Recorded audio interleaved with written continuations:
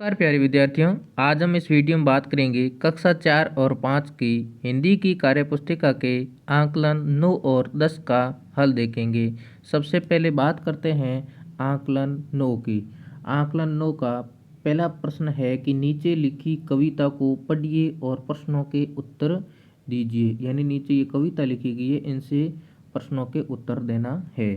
सबसे पहले बात करते हैं पहले प्रश्न की। पहला प्रश्न है कि यह वार्तालाप किन किन के बीच में हो रहा है। यानी कविता है, इसमें कुछ वार्तालाप हो रहा है, किन के मध्य हो रहा है, तो ये नाना और नानी के बीच में हो रहा है।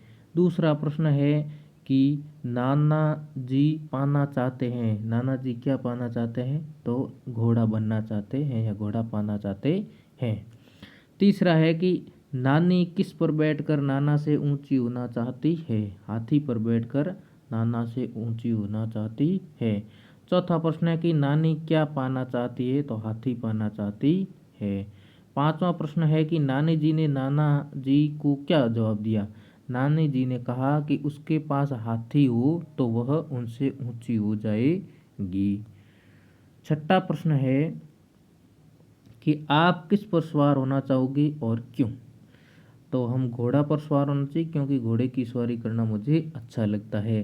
तो आप स्वयं भी जिस की किसी की भी सवारी लिख सकते हैं और क्यों उसका भी जवाब लिख सकते हैं। सातवां प्रश्न है कि निम्नलिखित शब्दों के विलोम शब्द लिखिए। जैसे ये सभी शब्द लिखेंगे विलोम शब्द। पतला का मोटा, बीमार का स्वस्थ, खट्टा का मीठा, बुरा का अच्छा, सुबह का शाम, पक्का कच्चा, साफ गंदा, ठंडा गर्म, नया पुराना, सरल कठिन। इस प्रकार से इन शब्दों के ये विलोम शब्द हो गए। अगला आठवां प्रश्न है कि दिए गए रिक्त स्थानों को विशेषण शब्द से पूरा कीजिए। विशेषण शब्द लगाकर पूरा करना है। महक ताजा आम लाई, तो ताजा क्या है, विशेषण है। फिर सविता की नई कमीज उसे दे देना, नई विशेषण है।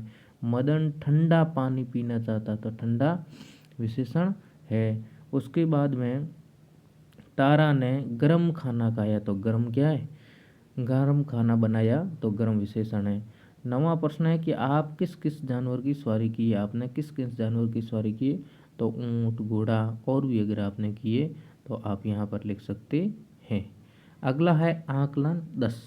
आकलन 10 का पहला प्रश्न है कि निम्नलिखित गद्यांश को पढ़कर दिए गए प्रश्नों के उत्तर दीजिए। ये गद्यांश पढ़ना है, उसके बाद में नीचे जो प्रश्न है इन प्रश्नों के उत्तर देना है।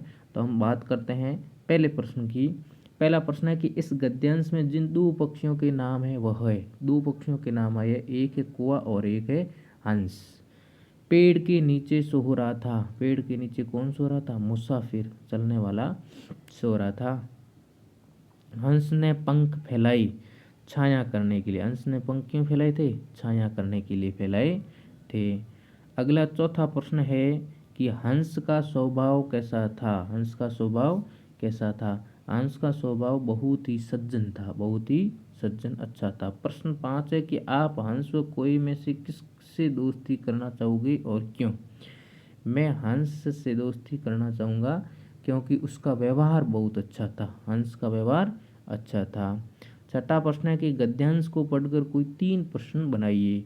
तो मुसाफिर पर छाया किसने की, मुसाफिर पर कूड़ा किसने डाला, कोए का स्वभाव कैसा था। तो इस प्रकार से 3 प्रश्न बना दिए गए। अगला 7वां प्रश्न है कि निम्नलिखित शब्दों के अर्थ लिखिए। ये शब्द लिखिए, इनके अर्थ लिखने। मुसाफिर, मुसाफिर का मतलब होता है राहगीर। राह मतलब रास्ते पर चलने वाला, उसको राहगीर या मुसाफिर कहते हैं। क्रोध, क्रोध का मतलब होता है गुस्सा करना। क्रोध का मतलब क्या होता है, गुस्सा। इस प्रकार से हमने कार्यपत्रक 10, 9 और 10 का हल देखा। उम्मीद करूंगा कि आपको अच्छा लगा। अगर अच्छा लगा तो वीडियो को लाइक शेयर सब्सक्राइब जरूर करें। धन्यवाद।